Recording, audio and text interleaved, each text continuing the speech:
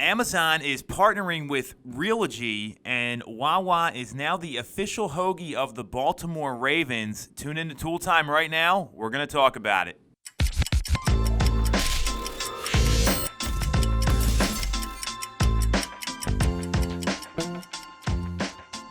I'm Tom Toole. She's Jess Lyon. We are back on Tool Time this week, mid-summer edition, and there is some interesting news going on, not only in the real estate world, also locally in the greater Philadelphia area as well as down in Baltimore. And we're going to lead with that. So last week, there was an announcement from Wawa, and if you guys don't know what Wawa is, it's a convenience store. They make hoagies, all sorts of stuff. Just Google it. It's WAWA if you're watching from outside the region.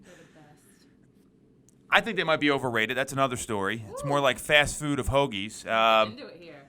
More importantly, it's been a long time a greater Philadelphia-based company. South Jersey, Philadelphia, their headquarters are right around here. And they announced last week that it's the 50th anniversary in the state of Maryland next year in 2020.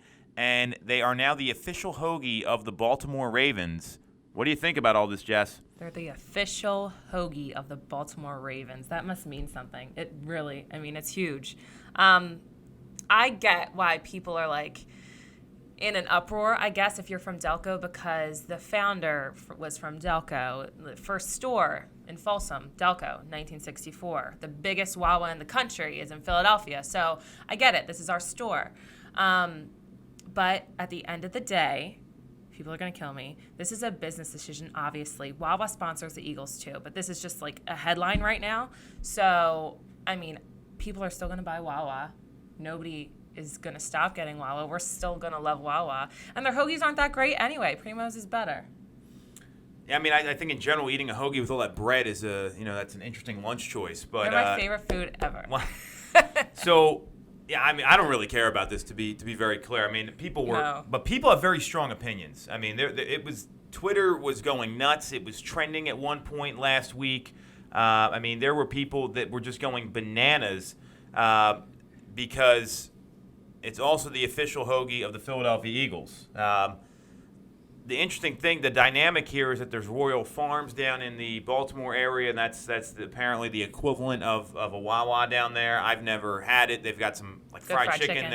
I've heard the fried chicken's pretty gross, actually. I never tried it. You should try it. Well, I like fried chicken, just not disgusting convenience store fried chicken. So it's not.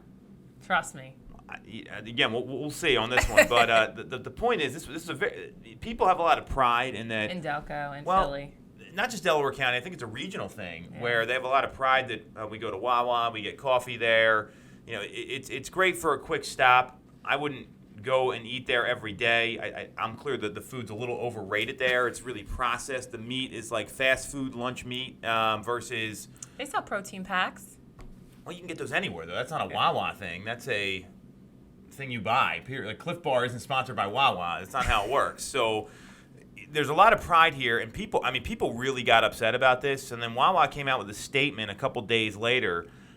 We've heard a lot of wings flapping up and down I-95 over the past few days. Little pun there based on the bird-related sports teams. And basically the statement said everyone needs to chill out. Philadelphia, we love you. We're a proud partner. We're the official hoagie. We're deeply committed. Baltimore, we're close, and we've been close for 50 years. We're thrilled to grow our next generation. Wawa's a business. They're expanding. I get it. People just need to chill out. It's a hoagie brand. I don't see that anyone else is, you see the official beer or the official soda of different sports teams. You don't see people going this crazy. It's just a local thing, and it's also a slow news day, and the sports teams right now, the Phillies aren't playing great. There's not a lot to talk about. That probably has as much to do with it with anything else. So not only do I not care about this, I'm also clear Wawa's really overrated in terms of the quality that you get there. They're good. I'll eat them once in a while, but I'm not sitting there thinking, man, if I want one hoagie ever, I'm going to eat one from Wawa. That's not what goes through my head. Yeah, I'm with you. Overrated. And apparently doesn't mean much. So good for Wawa for getting some money from the Ravens. NFL money, that gets printed like right off the truck at their headquarters there. So very exciting for Wawa. Well, much more interesting to me is this next story here, and this is something that's been the trend over the past few months. We've been talking a lot about how big franchise brokerages are partnering with tech companies. So Realogy and Amazon partnered. That got announced a few days ago, last week, that Amazon's going to be partnering with Realogy, and it not only it helped Realogy's stock price, which we talked about last week, because their stock was in the toilet, so that was a big win for them corporately. And they're offering a product called Turnkey, and it takes potential home buyers through the Amazon portal and connects them with a Realogy agent.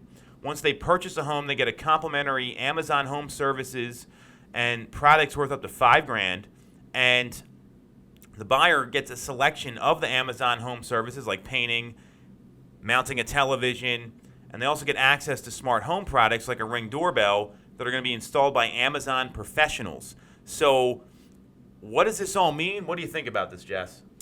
Well, we've been talking about Realogy for the past few weeks, and they're getting slapped with lawsuit. So I feel like they're like trying to do something. So this partnering with Amazon is huge for them. And I'm not surprised that Amazon is getting into the game at all. But not really a but. I think this is something that's really interesting, and it kind of sounds like what Zillow does with the Premier Agent kind of thing. Like I kind of did a case study myself and called in to see what it would kind of be like, and they vet out what you're looking for. We'll connect you with a live agent, obviously almost like a preferred agent in the area, and then once you go under contract, their goal is to kind of service you all the way through. And why Amazon's in it is afterward, like you were saying, you're going to get a credit ranging from like $1,000 to $5,000 depending on the price of the house you buy. So I think it's really cool. I just think that in terms of service, they need to do a little bit better, because when I did call and I was like, I need to speak to an agent because I have a few questions, they were like, well, when are you able to go see houses? I was like, well, not more than 3 months out. And they were like, you can't talk to an agent until you're ready to go see houses in 3 months. So that's what you called Zillow? No. This is calling this program. Okay, Not got it. Not Zillow. Understood. I just wanted to be clear. I think everyone wanted to be clear. Yeah. So, sorry. Well, that's interesting. Yeah, right. And a lot of times these nurture leads, that's where a lot of the money is, meaning they're not ready to do something today. Very rarely do we get a call and says, hey, I want to go buy a house, and you show them a house and they buy it. I mean, that's what realtors think happens. I've got a rude awakening for anyone watching. It's all about the long-term nurturing. So that'll be interesting to see how that plays out, because unlike Zillow, Amazon is not in real estate right now. Now they have a lot of different products, and where I see this as a big win for Amazon is consumers want convenience today, right? They want to be able to buy a house, get their 75-inch TV mounted. They want to get it painted right away. They don't have to deal with any of this nonsense that comes with prepping a home and getting ready for it. So where I see the value here, and the smartest thing, and this isn't going to go well at the beginning. I mean, this is going to be a lot of testing, a lot of trial and error. That's usually how businesses grow. To me, the value for the consumer is, and I would be interested in this, is, okay, well, I'm buying this home, and then all of a sudden I can get it painted like the next day. I can automate getting the TV delivered. I'm going to buy the TV and the soundbar and the bracket and have it all done, and it's up. And that's going to be way more than $5,000. But when you have it all automated and getting scheduled, because the biggest bitch people have is contractors showing up on time, following through with what they're doing. That's a major problem in the industry right now. Mm-hmm. So you see this happening, and all of a sudden you can automate all of it. Maybe it's going to cost you $20 or $25,000, but it would have cost you that anyway, and now it's getting scheduled and getting done, and Amazon's taking that business. That is the bigger gap here. This is great for Realogy agents because they're going to get more leads, obviously, and I'm sure there's some sort of referral fee that has to get paid. I don't know the details of the program on the back end.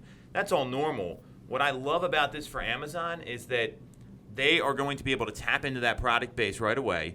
They're going to be able to get more people that want to have to make like a phone call and just have it done for them, because that's what today's consumer wants. They don't want to do anything. They want to hit a button and it's done.